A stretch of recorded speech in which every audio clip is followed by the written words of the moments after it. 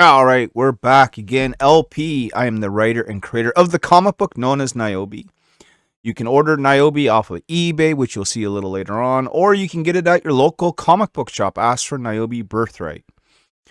Why are creators quitting comics and dropping like flies? This, of course, is from The Gift That Keeps On Giving, Mr. Tyler Carpenter.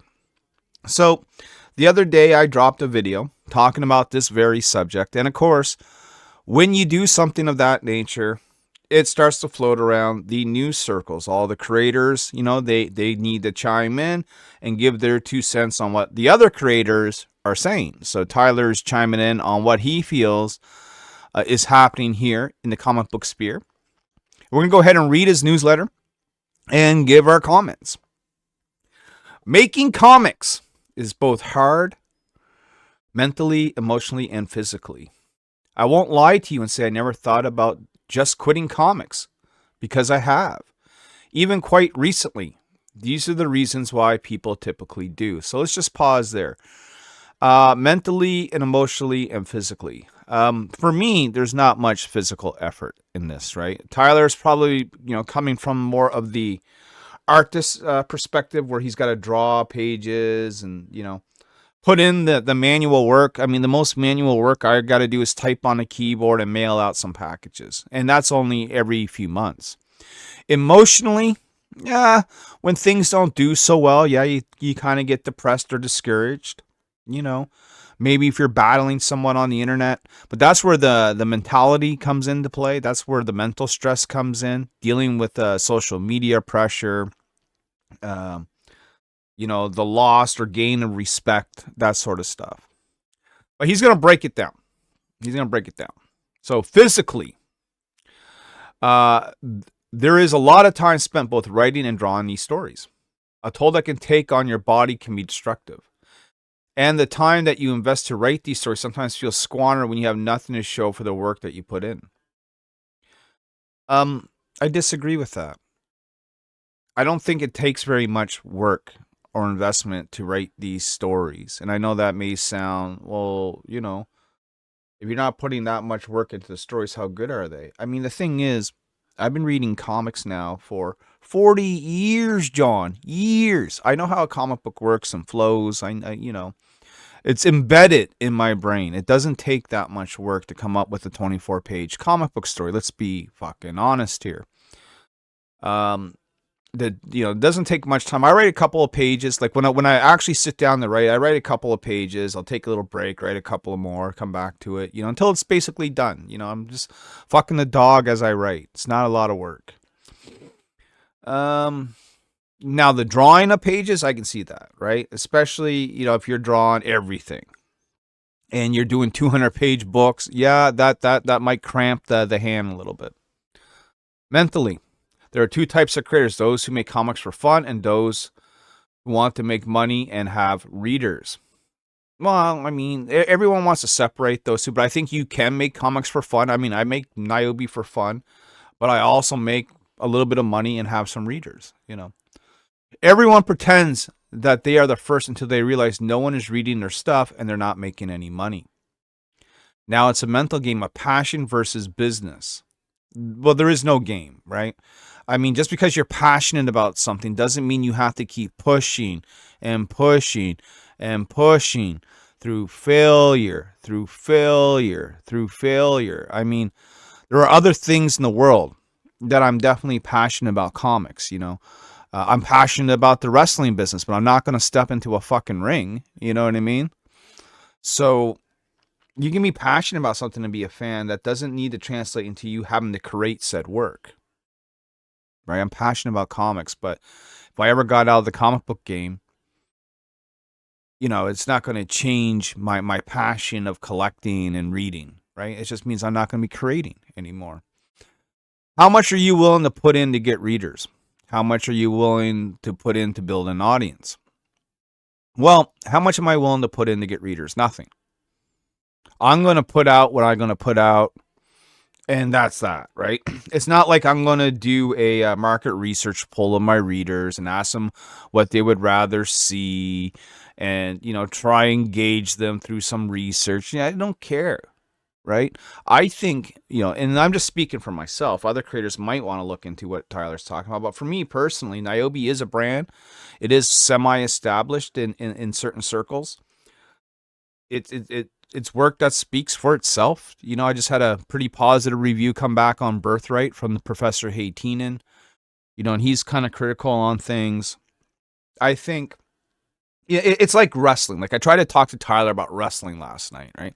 And if you relate the comic book business to the wrestling business, it all makes so much more sense, right? If you, like, there's an old saying, if you can pop the boys in the back, you will pop the crowd in the arena. So what does that mean is a pop means getting a reaction, a positive reaction, whether it's laughter or a cheer or whatever. It's wrestling terminology. It's called a pop, right? Like when CM Punk enters the arena and you see all the audience stand up and cheer, he just got what's called a pop. All right. So if you can pop the boys in the back, meaning like you're out there and you're cutting a promo backstage for fun and you're just making the boys laugh and they actually give you a positive reaction, chances are that's probably going to work with a larger scale, right? So if I can pop my proofreaders and my friends and go, you think this is good and they all seem to dig it, chances are we're probably on board on something here. How much effort you want to put in to build an audience? I don't know. How much effort am I willing to post to Facebook for 15 minutes a day? How much am I willing to tweet or make YouTube videos such as this? Because while this isn't direct marketing, it is indirect marketing for my comic, right? Because at the end of this video, of course, you're going to see an eBay ad, which is the whole purpose of making these videos. Here's your content for enjoy. Here's the product that I offer at the end. C'est la vie, right? Emotionally, once you've invested time, energy, and money into creating a comic, and then have won the mental gymnastics of realizing that you as a comic creator actually want readers and an audience, now it's time to see the results. When the results, however, come back negative in terms of feedback or even monetarily, it is gut-wrenching. Could care less about the feedback, about the story. Like, I'm going to tell the story I'm going to tell, like it or not. Right? I think most people are like that. Because if you're not telling a story that's true to you, the one that you really want to tell, and you're just making shit up because you think it's going to sell, I don't think your story is going to have the passion behind it and the skill set behind it that it should. Anyone can write fluff. Fluff is easy. Okay? But to write a Nyobi Birthright, probably not. The fact it can truly be heartbreaking. It's the money. The money. Because putting out a comic book, you look at a comic book and you go, man, that's such an inexpensive form of entertainment. No, it's not. It's a very expensive form of entertainment, especially if you're the guy fucking making it. Thousands of dollars, John. Thousands. Are required to make a comic book, especially if you are not an artist. So if you're a guy like me, you come up with the ideas and you write the story. Now we have to have someone put a pencil to paper and make it all happen. That's the most expensive part of making a comic book, bar none. Bar none.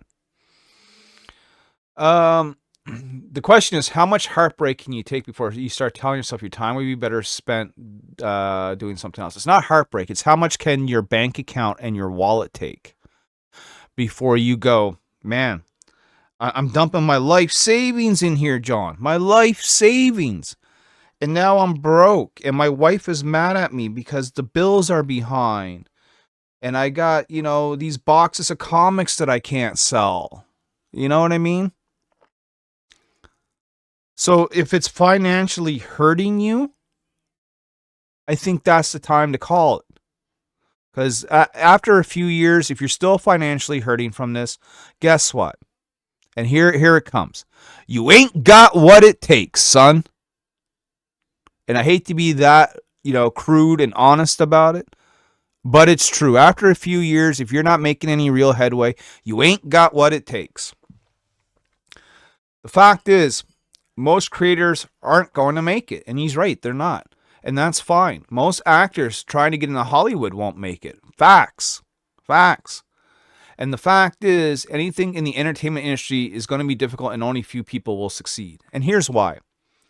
Because people want what's big. They want what they're familiar with. Like when it comes, like I'm like this with music. I hardly give any independent music a chance. If you're not, touring stadiums and shit, chances are I'm probably not interested in what you're doing, right? I come from a mentality, and I hate to say this as an independent comic book creator, but if you were indie in anything, it was really hard for me to even look at you, right? Like I could understand, people wanting to read Harley Quinn before Niobe, because Harley Quinn is a staple and a pop culture icon at this point. Who in the fuck is Niobe? Well, maybe 1,000, 2,000 people know what Niobe is, versus the billions of people that know who Harley Quinn is, right? And so people will, and this will come to another video that I'm going to do here pretty much right after this one, where people are buying comics, and when they do, they get a comic book that is subpar to their expectations, and they paid a lot of money for it, because we're talking crowdfunded comic books in particular, and they don't come back. They go, oh, wow, man, I spent $40, and this is fucking average at best, if that, right? Like, I think we're so spoiled in our form of entertainment that everybody wants something that's just going to blow their fucking minds. And we're all disappointed when we never get that. Why? Because it's almost impossible to get that now, because almost everything has been done. It's just the facts, man. Tyler goes on to say, I honestly believe that I'm on the final years of my time in this world. What? I hope you're not going to die, bro. Fuck. And that I'm holding on to a thread. No, say it ain't so, man. Do I have to fly to Utah and visit you in the hospital? So I'm going to make the most of it. Check this out. Last week I started a new YouTube channel in order to build a new audience that I can get through my various series. These are the results so far. So Tyler's getting lots of views on these, what he calls shorts or short videos. It's almost like little TikToks. I've been a lot of work, but I'm enjoying this. I hope to build a new channel like this one that will help me stay in the game of comics even longer. But even then, I understand that I'm prolonging the inevitable. At some point, I will stop making comics. This could be in a year, 5 years, 10 years down the road. I don't know. So one thing I am doing right now is making the most of it. I'm having fun. I'm having a silly goose time. I'm telling stories that I want to tell and sharing them with as many people as I can. So I want to say thank you for following me in this journey and being there with me. Let me know what I can do more for you, and I'll see what I can do. You can promote Niobe on every single show. You know what I mean? So, back. Creators are dropping like flies. For the main reason is money. I don't think it has anything to do with a lack of passion. I think it has everything to do with discouragement of not making their dream come true of being able to do this full time. Now, some people are very quaint to just do this part-time and work their full-time job and just do it as like a very small business or a fun hobby. But after you do that for a little while, after you do that for a couple of years and you start to see growth, your mentality of that changes. You go, you know what? Maybe I really can make a run for this. Like, I think Niobe can make a run for this. Just, we got to see what 2024 brings. Every year is a gamble, right? Like Tyler said, he might be in it for a year, 5 years, 10 years. I have no idea what the Niobe lifespan is going to be. I mean, it's predicated on a few different things. One is, am I going to be around and able to do it? Two, what is the finances of the world going to look like? Is everything going to keep going up in price? Eventually to the point where, a creator just can't afford the production costs to make a comic book and they're not getting the returns on Kickstarter that they need. If that starts to happen, I'm out of the game, right? Like I'm 50 years old, right? And so what I'm trying to do is build my job for the next 20 years, like something I can do now from 50 to 65, 70, right? And just retire without having to ever go back to working for someone else or taking orders from someone else. And I might just have to do that here in the new year. I'm going to work hard on the next campaign and see what kind of numbers it brings in. And while I'm doing that, I'll be searching for a part-time job. But hopefully we see a turnaround, and that let the creators drop like flies. Because I do think the market, I think a dying market is oversaturated. And that's very weird to say because we all know comics are not doing so well, but yet this is the time that everyone decides that they're going to come out and make a comic book, thus flooding the market with a bunch of bullshit and crap, overpriced shit. And I think people are finally catching on to the game of crowdfunding and go, you know what? I'm only backing the best of the best. My question to you is, are you the best of the best? Let me know down in the comments section below, and stay tuned for a word from our sponsor. I wonder who it's going to be. All right, so here we go. Quick look at the Nyobi eBay store. So if you're missing any back issues of Nyobi, you're missing any of those really hard to find variant covers of Nyobi, or you just want to see what I got on the go, come over to eBay, Nyobicomic, and check it out. Just a couple of highlights here. We got Nyobi Outbreak number 2, the Jamie Tyndall variant. We got Nyobi Outbreak number 1, the Paul Green variant. We got our Todd McFarlane homage from Nyobi Origins number 1. How about Rags and Nyobi teaming up together on the very first cover right here, Birthright number 1, never to be reprinted, very low print run. Greg Bo Watson from Zenoscope, man. CB Zane with our new project Savage Sin. You like Red Sonja, you like Lady Death, you like Tarna from Heavy Metal. Perhaps Savage Sin is up your alley. We got Steph Wilson variants. We got Matthew Weldon variants. We got RB White variants. I got a Spider-Man hardcover book. Dudes. And I'm going to be adding more tonight and over the next couple of days. It is the eBay store, Nyobi eBay store. Hail to the pigtail. Come check it out today.